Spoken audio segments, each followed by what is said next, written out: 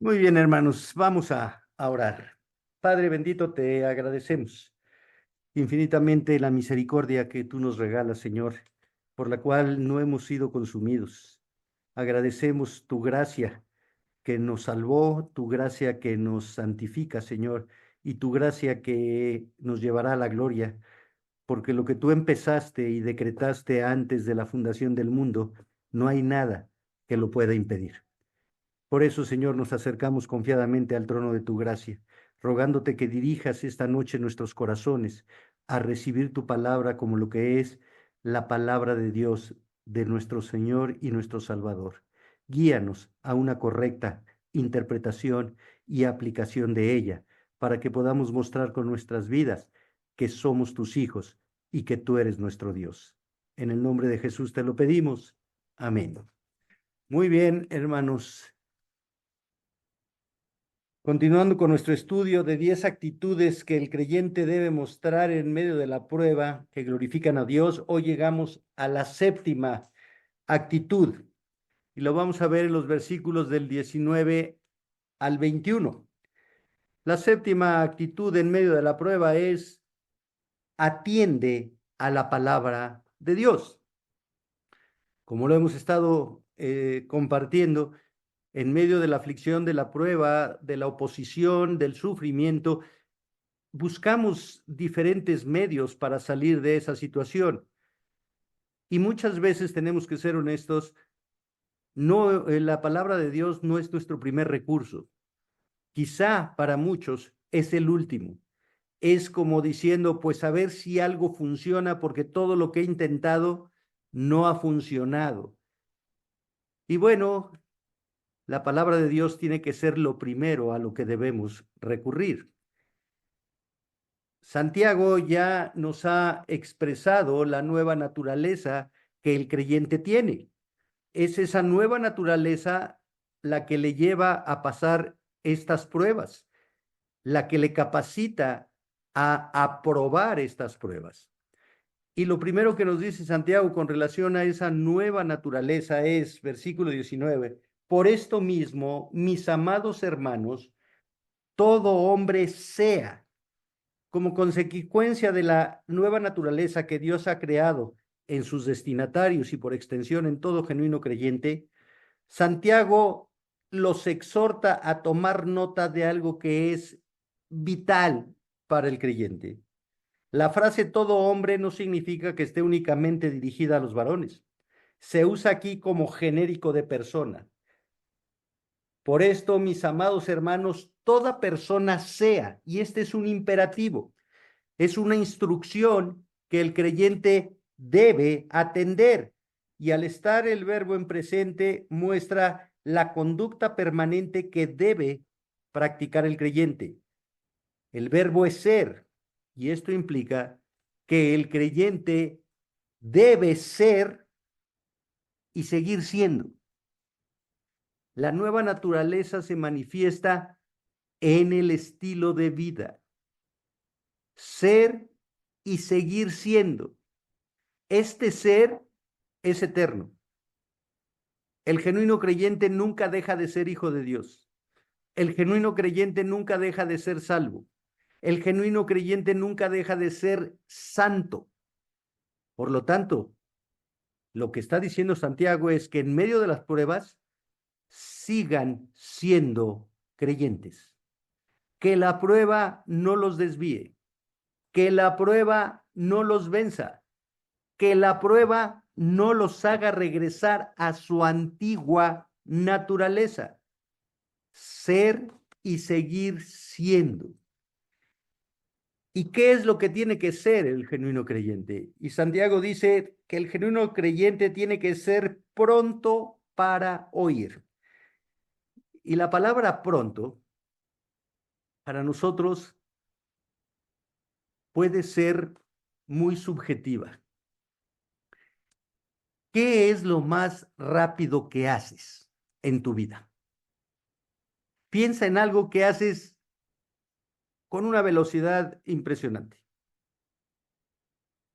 La palabra pronto en el original griego significa rápido con la implicación de en este momento. Así de rápido. Sé rápido, en este momento. No lo dilates, no lo dejes para después. No es, lo voy a pensar, déjame reflexionar, ahora que tenga tiempo, no. Si nosotros dilatamos el escuchar la palabra de Dios, ya no fuimos prontos, ya no fuimos rápidos. Y la palabra de Dios debe ser obedecida en este momento. No después, sino en este momento. Prontos para oír. Oír con la intención de prestar atención a lo que estamos escuchando. Implica creer y responder. Por lo tanto, obediencia. Oír y hacer conforme a lo que se está escuchando. Recordemos el Shema, cómo empieza Dios su relación con su pueblo. Ha sacado al pueblo de Egipto y ha revelado su ley. Y lo primero que le dice a Israel es, oye Israel, oye, con la intención de que lo que escuchas lo practiques. Y después, claramente, sí, bueno, antes en el versículo 1 del capítulo 6 les ha dicho, estas palabras que te mando hoy, sí, las tienes que poner en práctica, las tienes que obedecer, te las doy para que las obedezcas. Por lo tanto, el oír la palabra de Dios nos muestra la Escritura que siempre es con la intención de obedecer. No es para obtener información, no es para ver si estamos de acuerdo con lo que Dios está revelando, con lo que Dios está diciendo, no es para analizar si nos conviene, si no nos conviene. El oír es para obedecer. Por lo tanto, la primera evidencia que muestra Santiago para un creyente tiene que ver con la disposición de oír la palabra de Dios. La exhortación está orientada para generar la disposición del creyente de prestar atención a las escrituras, de aprender de ellas la manera correcta de vivir por y para Dios en cualquier circunstancia. En cualquier circunstancia. En el creyente debe existir como evidencia de la transformación de su alma el buscar a Dios. Romanos 3, 10 y 11 dice que no hay justo ni aun uno, no hay quien busque a Dios, y está revelando la naturaleza pecaminosa caída de todo ser humano. No hay justo ni aun uno, no hay quien haga lo bueno, no hay quien busque a Dios.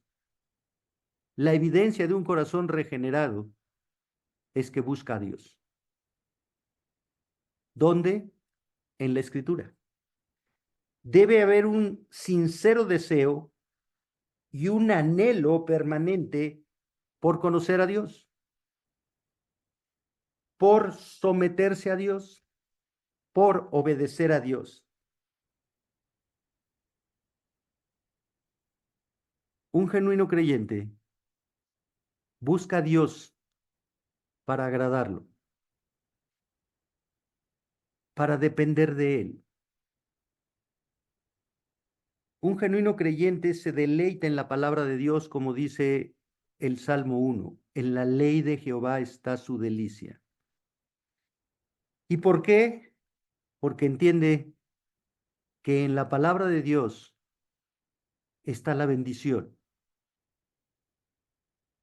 Cuando es especialmente bendecido, acude a la palabra para buscar pasajes que lo lleven a dar gracias a Dios por las bendiciones. El Salmo 103 nos dice, bendice alma mía a Jehová y no olvide ninguno de sus beneficios. Bendice alma mía a Jehová y enumera los beneficios. Él es el que rescató mi alma del hoyo. Él es el que me perdonó. Él es el que me da salvación. Bendice alma mía a Jehová por la salvación que me ha dado. Entonces, cuando reconocemos las bendiciones de Dios, aún en medio de la prueba, el corazón es movido a darle gracias a Dios. Estamos más acostumbrados a pedirle cosas a Dios que a darle gracias. Y no entendemos que todo lo que somos, hacemos y tenemos proviene de su gracia. Pablo le dijo a los Gálatas, ¿por qué os jactáis como si no hubieras recibido lo que tienes? Como si no te fuera dado. Somos más pedigüeños que agradecidos con Dios. Cuando el creyente está en problemas, acude a la palabra de Dios buscando el aliento, la dirección, la fortaleza para salir, para soportar y salir de la prueba.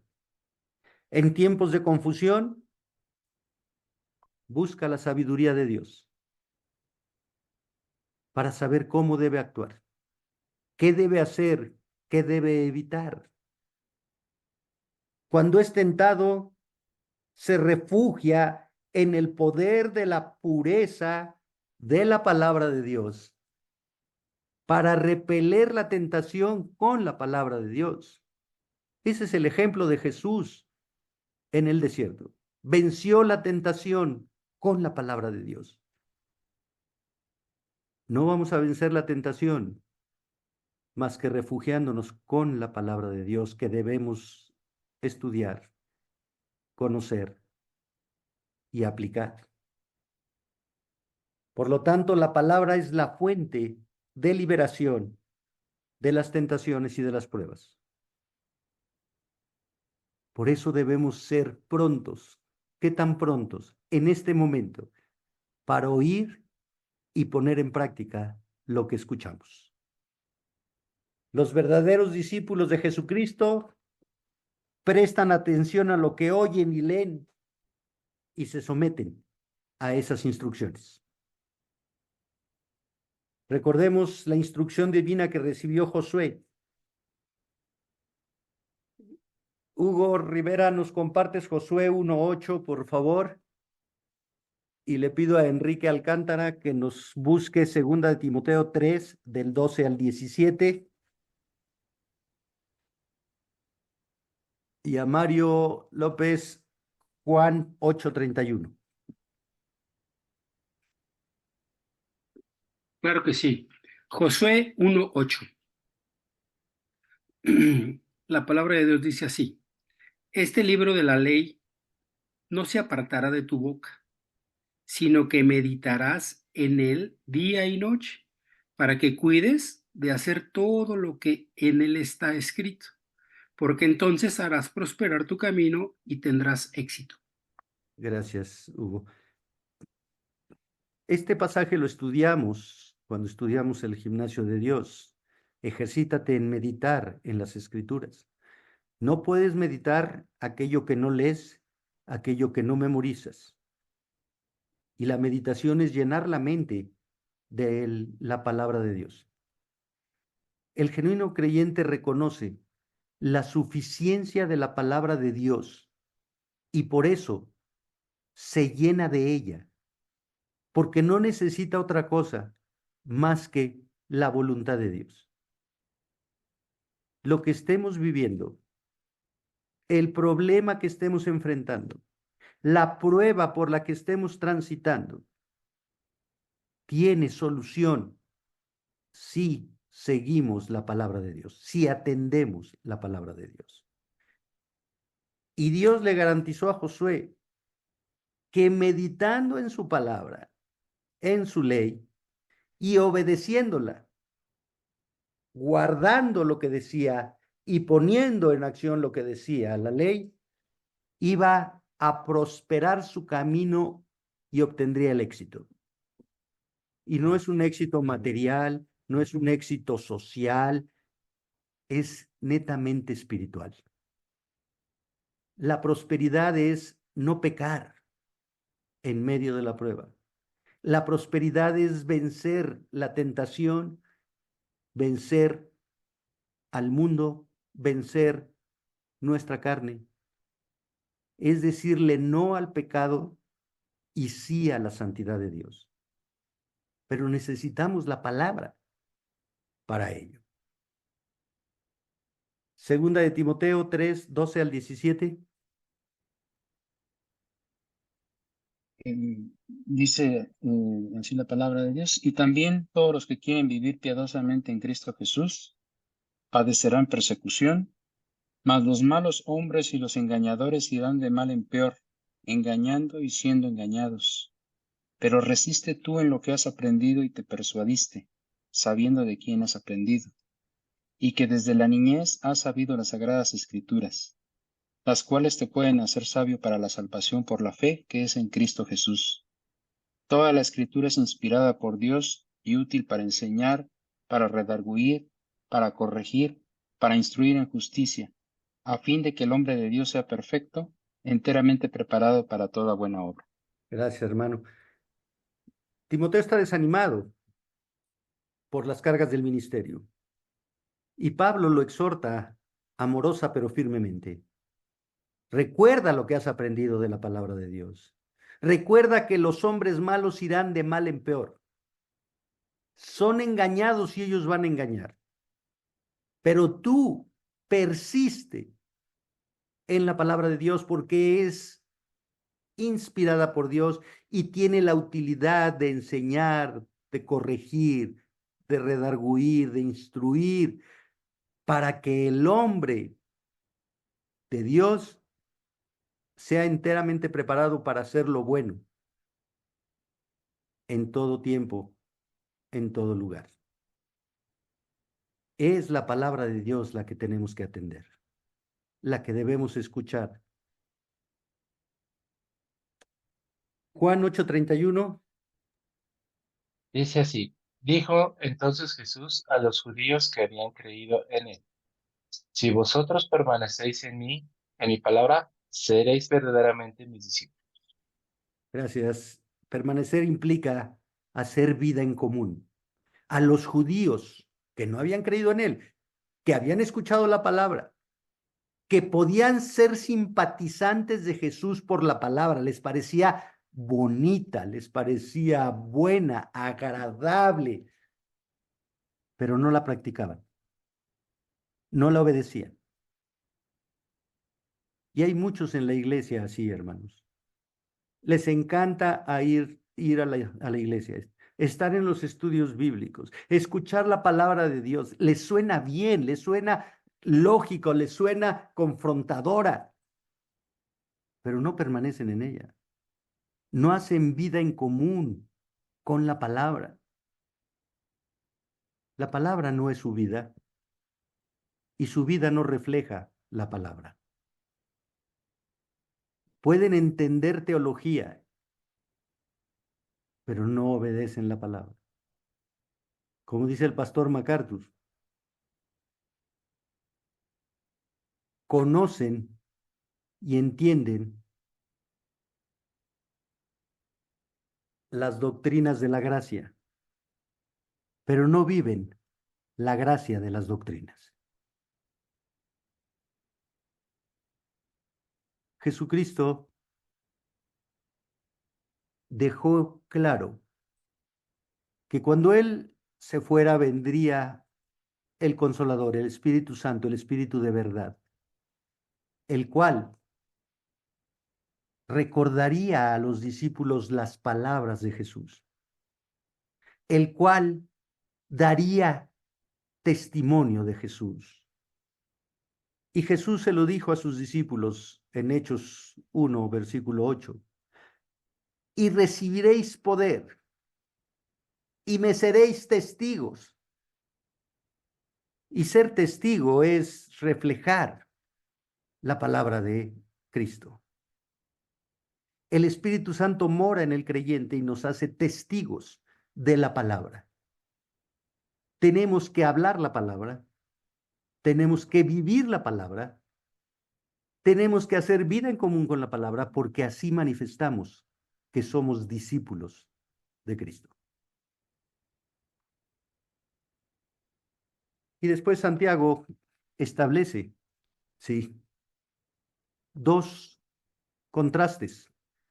Ha señalado el mandato de ser prontos para oír, pero también el mandato implica dos negaciones permanentes. Tardo para hablar, literalmente lento para expresar palabras. ¿Por qué?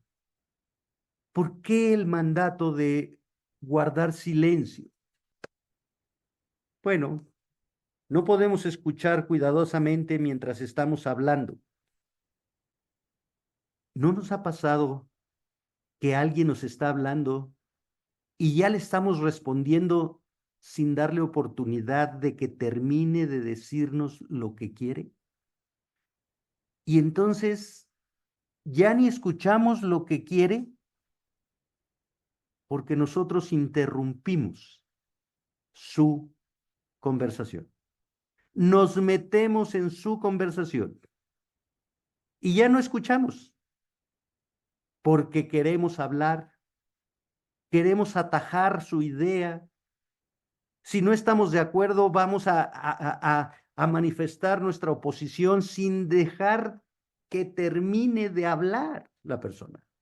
Eso le pasó a Pedro cuando Jesús dijo que tenía que ir a Jerusalén y que sería maltratado y que tendría que morir, pero que al tercer día resucitaría.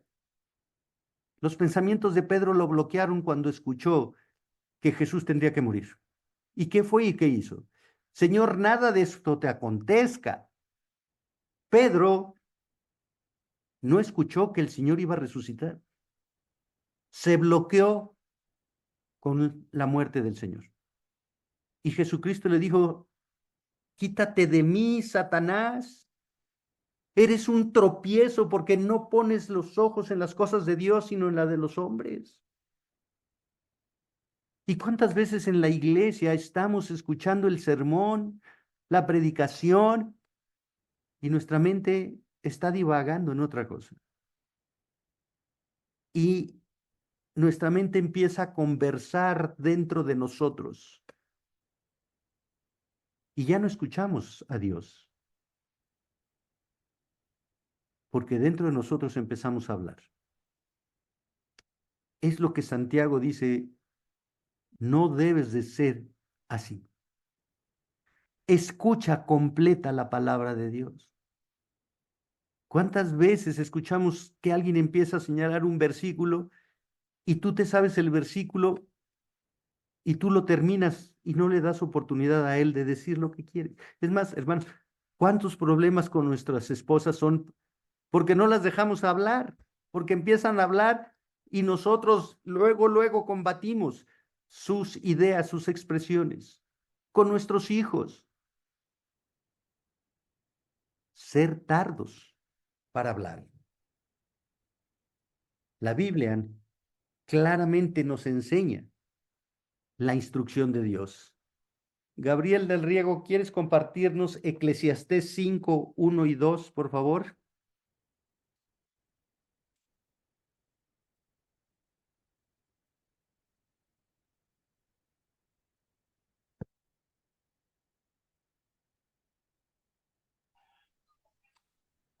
Cinco y dos, ¿verdad?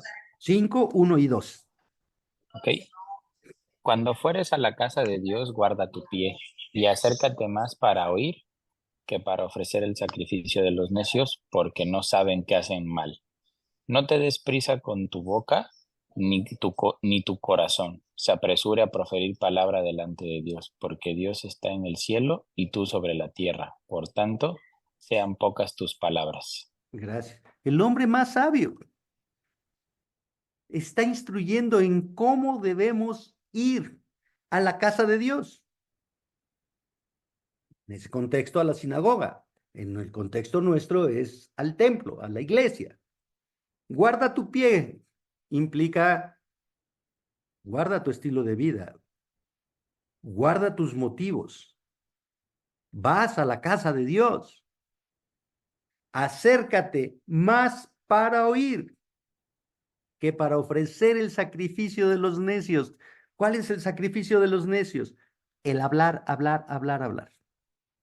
El prometerle cosas a Dios. El negociar con Dios. Sería muy interesante hacer un experimento y preguntarle a los hermanos,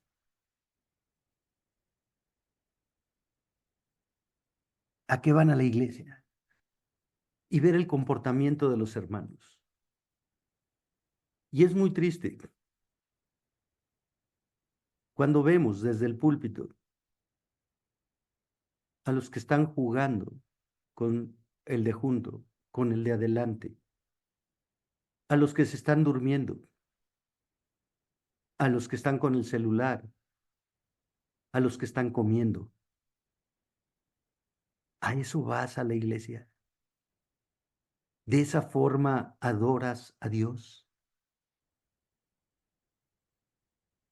Ve para escuchar y para que lo que escuches lo pongas en práctica. Para que lo que escuchemos glorifique y honre a Dios. Un hombre sabio guarda silencio, refrena su lengua, dice la Escritura. En contraste, el hombre necio es el que habla demasiado y sin meditar en lo que dice. El sabio está más dispuesto a oír que a expresar sus propias opiniones. El hombre prudente, el que por razón de la sabiduría divina alcanzó madurez espiritual, es capaz de refrenar sus deseos de hablar, porque en las muchas palabras no falta pecado, mas el que refrena sus labios es prudente, dice Salomón en Proverbios 10:19. Hermanos, ¿cuántas veces nos encanta más hablar que escuchar?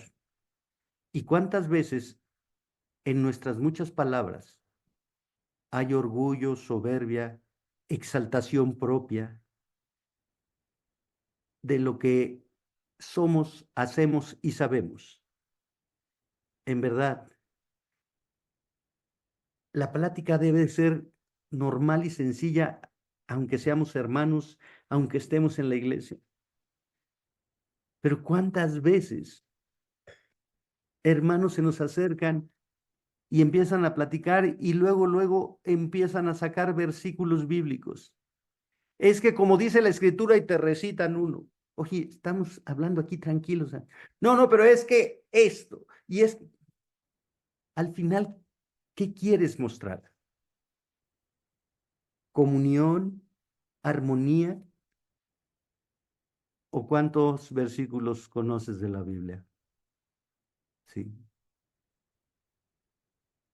Y de eso se trata la vida cristiana. ¿De qué nos sirve saber tantos versículos y no obedecer ninguno de los que no sabemos? Tardo para hablar. El segundo imperativo negativo es tardo para irarse. Y aquí esta ira es una pasión violenta, un enojo interno. No es un arranque explosivo de nuestro temperamento, sino un resentimiento interior y profundo que hace arder nuestro corazón. Y muchas veces la gente no nota que estamos enojados, pero nosotros por dentro estamos enojados. Estamos enojados porque lo que oímos de la palabra de Dios nos incomoda. Porque lo que oímos de la palabra de Dios no nos conviene. no estamos de acuerdo. Y ahí vienen las muchas palabras. Pero es que, Señor, ¿cómo quieres que perdone al que me ofendió? Si tú supieras lo que me hizo, si tú supieras cuánto le he aguantado, no puedo perdonarlo. No me lo pidas, no lo voy a hacer. Esa es la ira interior, la rebeldía del corazón, que es una ira contra Dios, contra su palabra. Ahí están las muchas palabrerías. Y decimos sandeces. Señor, si tú supieras lo que me ha hecho, lo que yo le he aguantado, pues ya estás ignorando la omnisciencia de Dios. Dios lo sabe, Dios lo escuchó, Dios lo vio. Entonces no le digas a Dios que no sabe. ¿Has sentido, has reconocido ese enojo interior que te incomoda? Hay un enojo ante la verdad, la autoridad de la palabra de Dios. No nos gusta que la palabra de Dios confronte aquellas conductas que para nosotros son normales, aunque para la Biblia sean pecado, que son difíciles de apartarse de ellas, pensamientos, palabras, actitudes. La Biblia dice que nuestra amabilidad sea conocida por todos, pero somos selectivos con quien queremos ser amables. Y nos incomoda que nos digan que tenemos que ser amables con quien no es amable con nosotros. Y ahí está la ira a la que se refiere Santiago. ¿Estamos airados con Dios por la prueba, por lo que no nos ha dado, por lo que estamos viviendo que no nos gusta o aceptamos?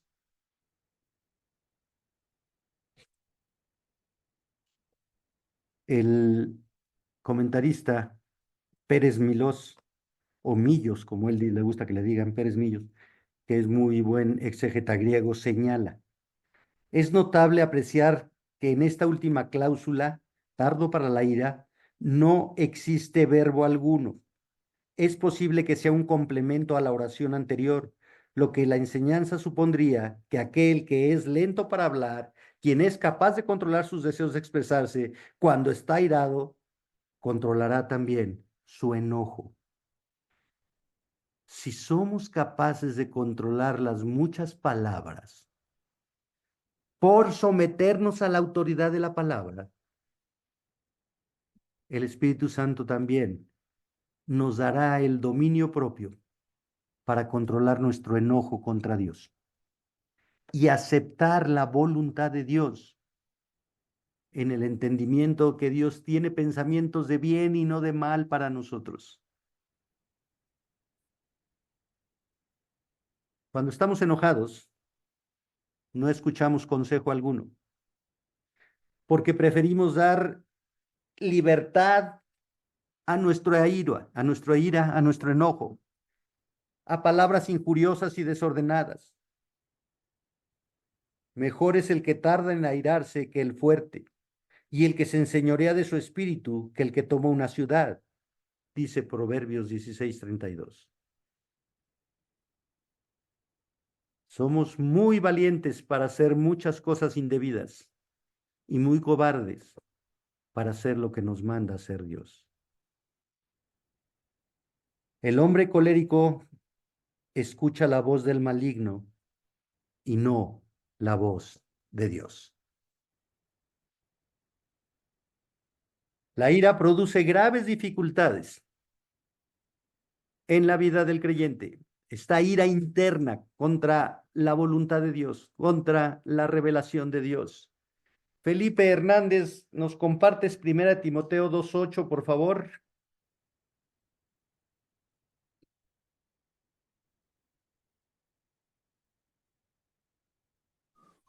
Sí, hermano.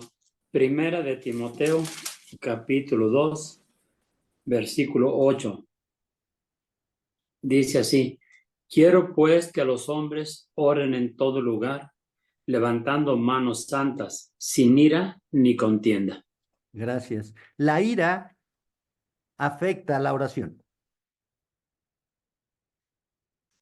El Padre Nuestro claramente señala que tenemos que santificar el nombre de Dios, reconocer su pureza, reconocer su autoridad.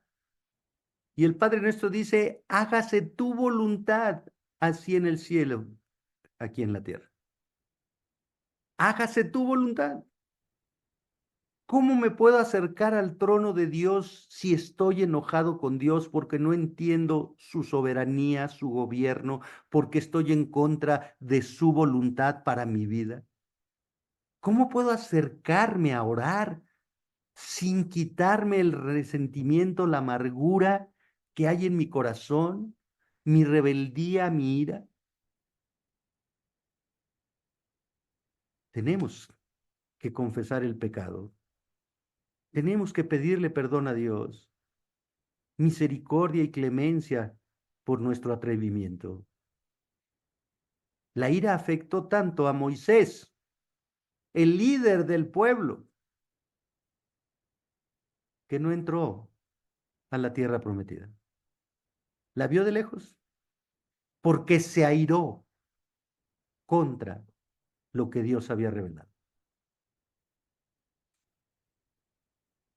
El comentarista Kistemaker opina: cuando vivimos la vida justa que Dios espera de nosotros, escuchamos con cuidado y obediencia la palabra de Dios.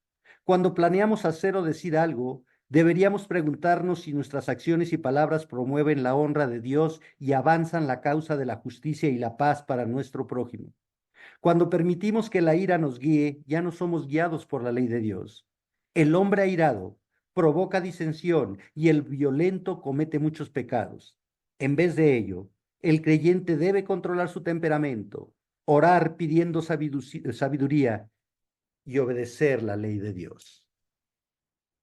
Regresando a Santiago, Santiago va a dar una clara explicación de por qué el creyente tiene que ser pronto para oír, tardo para hablar y tardo para airarse. Y va a enfocarse en este último punto, el versículo 20.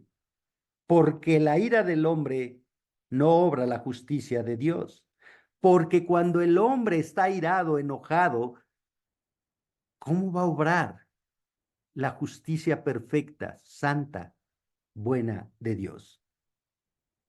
El hombre enojado con Dios no puede reflejar la justicia de Dios. Es lo que está diciendo Santiago. ¿Estás enojado con Dios porque estás en la prueba? ¿Por eso no tienes gozo? ¿Por eso no tienes paciencia? Entonces, ¿cómo quieres que obre la voluntad perfecta de Dios en ti?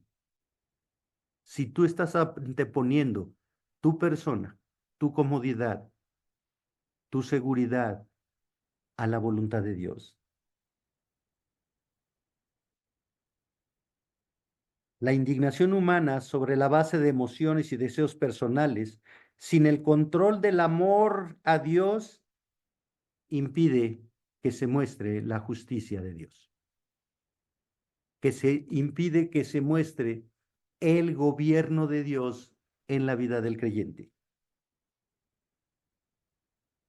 Cuando el creyente se deja gobernar por su rebeldía contra Dios, muestra más evidencia de ser un incrédulo que de ser un creyente. La ira del hombre es reprobada por Dios. El que fácilmente se enoja hará locuras. El enojo es propio del carácter del necio, del que no tiene entendimiento. Salomón lo dijo claramente: no te apresures en tu espíritu a enojarte, porque el enojo reposa en el seno de los necios. Eclesiastés 7:9. Sin entendimiento, mucha palabra, sin comprensión, muchas palabras en griego y en hebreo, sin obediencia. Necio. Para el Señor somos necios. El airarse, el amargarse, el resentirse, el guardar una raíz de amargura que contamina toda relación, nunca puede ser útil para la causa de Cristo.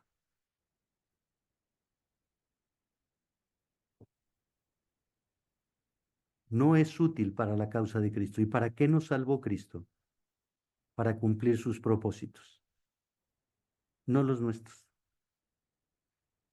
Se lo dijo Dios con referencia a Pablo, a Ananías, porque Pablo, es instrumento escogido para llevar el evangelio a los gentiles, para que cumpla mi propósito. Para eso lo escogí. Y va a sufrir por eso, pero va a cumplir mis propósitos.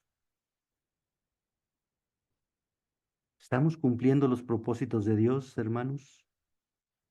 ¿Estamos cumpliendo en el liderazgo en el hogar, que es el propósito de Dios que nos ha dado como líderes espirituales de nuestro hogar?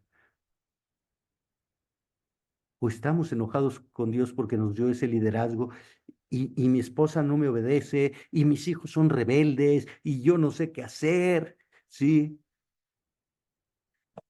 tenemos que cumplir la encomienda. Nunca se aparte de tu boca este libro de la ley, para que hagas y guardes y entonces hagas prosperar tu camino y tengas éxito. Jeremías, el profeta llorón, no escucharon su palabra, no escucharon su profecía, el llamado al arrepentimiento, pero él cumplió con el propósito de Dios. Su éxito fue haber obedecido a Dios, no el resultado. El éxito es la obediencia a Dios, el resultado lo da Dios. Job obedeció a Dios y el resultado le fue contrario. Pero Job cumplió el propósito de Dios. Fue obediente a Dios. No pecó en todo lo que sufrió. Versículo 21. Por lo cual, como consecuencia, desechando toda inmundicia y abundancia de malicia. Aquí hay otro mandato. El creyente tiene que desechar, y la palabra desechar en griego es poner en otro lugar, quitar de. Un diccionario dice meter a la cárcel. Hay que meter a la cárcel toda inmundicia. La inmundicia es suciedad con la implicación de impureza moral. Este término, rufaria, está estrechamente relacionado con un término empleado para describir la cerilla en el oído, lo que deteriora la audición. ¿Por qué no escuchamos bien la palabra de Dios? Con atención, porque tenemos cerilla, no solo en el oído, sino en el corazón. Esa es la inmundicia que no nos deja escuchar la palabra de Dios. Y abundancia de malicia, el predominio de lo malo en nuestro corazón. Esa lucha que explicó Pablo en Romanos 7.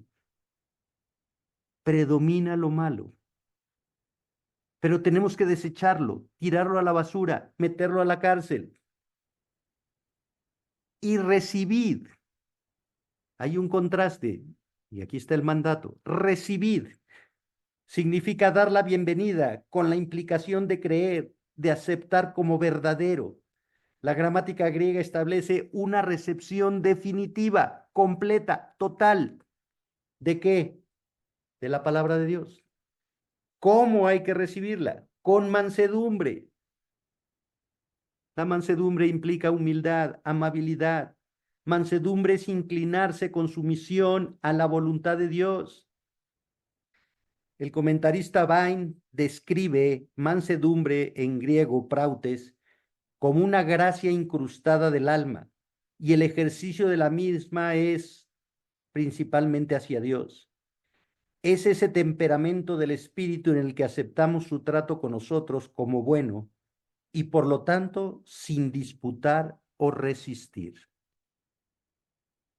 El corazón manso no pelea con Dios, no discute con Dios, no negocia con Dios, se somete con gozo y humildad a la voluntad de Dios.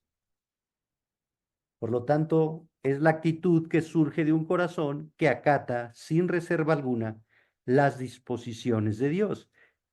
¿Y qué es lo que hay que recibir con mansedumbre? La palabra implantada, la palabra de Dios. Dice que es literalmente sembrada. Y eso nos lleva a la parábola del sembrador. Solo un terreno dio fruto. Solo un corazón germinado por la santa palabra de Dios dará fruto de alabanza a Dios. Esta palabra ha sido plantada y ha echado raíces en el corazón del creyente. Pero ¿qué se necesita para que una semilla germine? Primero hay que limpiar el terreno. Y por eso el mandato es: desecha toda inmundicia y abundancia de malicia. Limpia tu corazón, reconoce tus pecados, confiesa tus pecados, para que la palabra de Dios pueda germinar y dar fruto de obediencia, de santidad, de honra y gloria a Dios. Limpiemos el corazón. Si confiesan sus pecados, Él, Jesucristo, Dios es fiel y justo para perdonarlos. Ahí está limpiando. Sí. Y librarnos de toda maldad. Hay un trabajo que hacer. Este desechar y este plantar implica un trabajo en el creyente. Pablo lo expresó a los creyentes en Éfeso. Luis Hernández, compártenos por favor Efesios 4, 22 al 24. Y Alejandro Díaz, compártenos Colosenses 3, 8 al 10.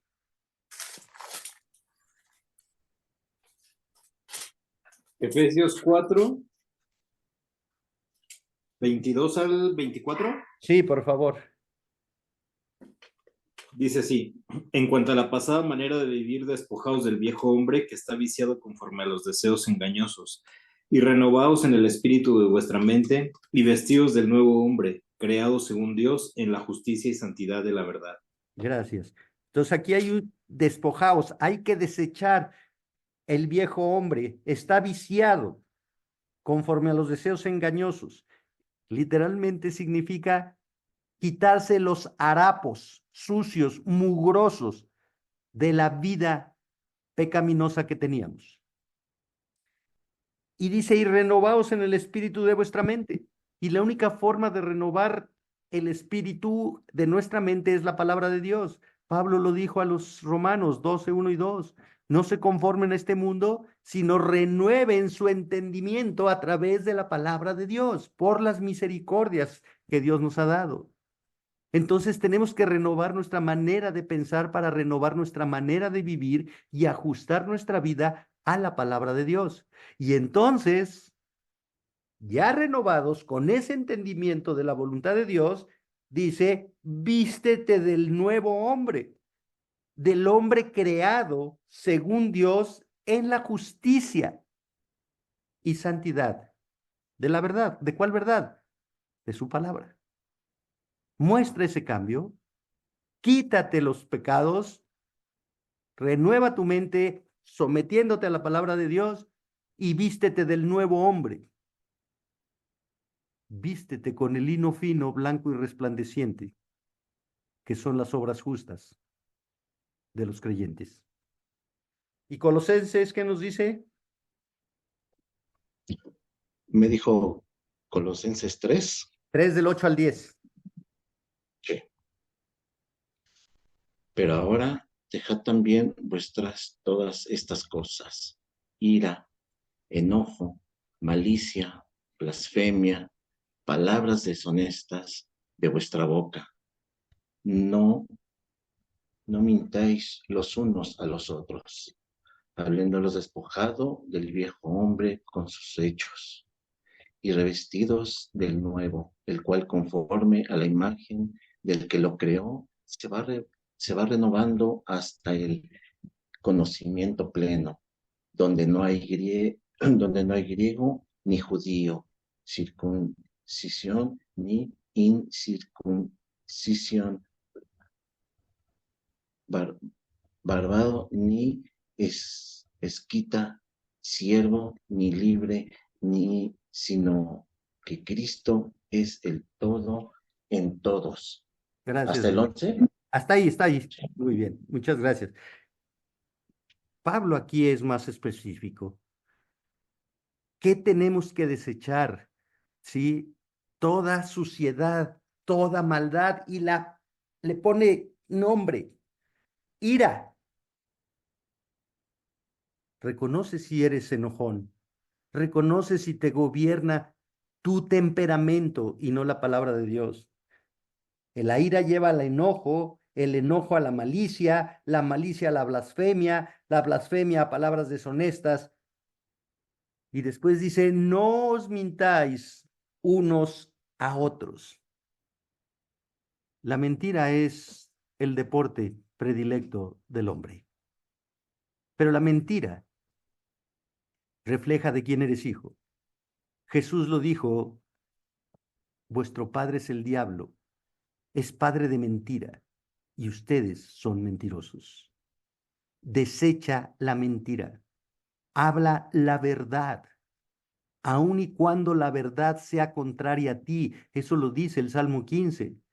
El que es íntegro, no por eso cambia, aunque no le vaya bien. Pero no te escudes ni te escondas en la mentira. Todo lo oculto ha de salir a la luz. Dice, habiendo despojados del viejo hombre con sus hechos y revestidos del nuevo, es la misma idea que Efesios. Una transformación. La palabra implantada. Y dice Santiago, la cual puede salvar vuestras almas. La cual puede no está hablando de una posibilidad. En el griego es dunamai, que implica que tiene la capacidad, la autoridad y el poder para salvar vuestras almas. Y aquí salvar, siendo creyentes, no es que produzca la salvación. Aquí salvar es proteger, preservar, rescatar, resguardar. La palabra de Dios nos va a guardar del pecado, del pecado. Vuestras almas implica el ser interior, la vida nueva que Dios ha creado. Recuerda que la vida espiritual es interior. El exterior no ha cambiado. El interior es nuevo. De modo que el que está en Cristo, nueva criatura es, una criatura espiritual que no existía. Es creada por Dios con el nuevo nacimiento. Entonces, la palabra de Dios tiene la autoridad, la capacidad, el poder de guardar nuestra salvación. Eso implica caminar con Dios en santidad, llevarnos a la santidad. Es el poder divino que respalda la verdad de la Biblia. Hemos sido salvos, justificados por el poder de la palabra de Dios. Nos mantiene salvos, santificados, el poder de la palabra. Y seremos definitiva y completa y eternamente salvos, o sea, glorificados por el poder de la palabra. En medio de lo que estemos viviendo, tenemos que recurrir a la palabra. Tenemos que despojarnos de nuestras falsas creencias, de nuestras experiencias personales anteriores, y tenemos que someternos a la autoridad de aquel que entregó su vida en la cruz para mostrar su amor por ti y por mí. Porque Dios tiene un pueblo celoso de buenas obras, y no podemos mostrar esas buenas obras si no nos sometemos a la palabra de Dios. Oremos, hermanos. Padre, te alabamos, te bendecimos y te damos gracias esta noche por este recordatorio Sí hablamos mucho de la palabra, sí conocemos muchas historias de la palabra, muchos versículos de la palabra, pero no hemos hecho ese cambio, no nos hemos quitado las ropas viejas del hombre andrajoso, pecaminoso, para vestirnos del nuevo hombre creado en la justicia y santidad de la verdad. Tu palabra es verdad. Y esa es la transformación que tú has generado en el corazón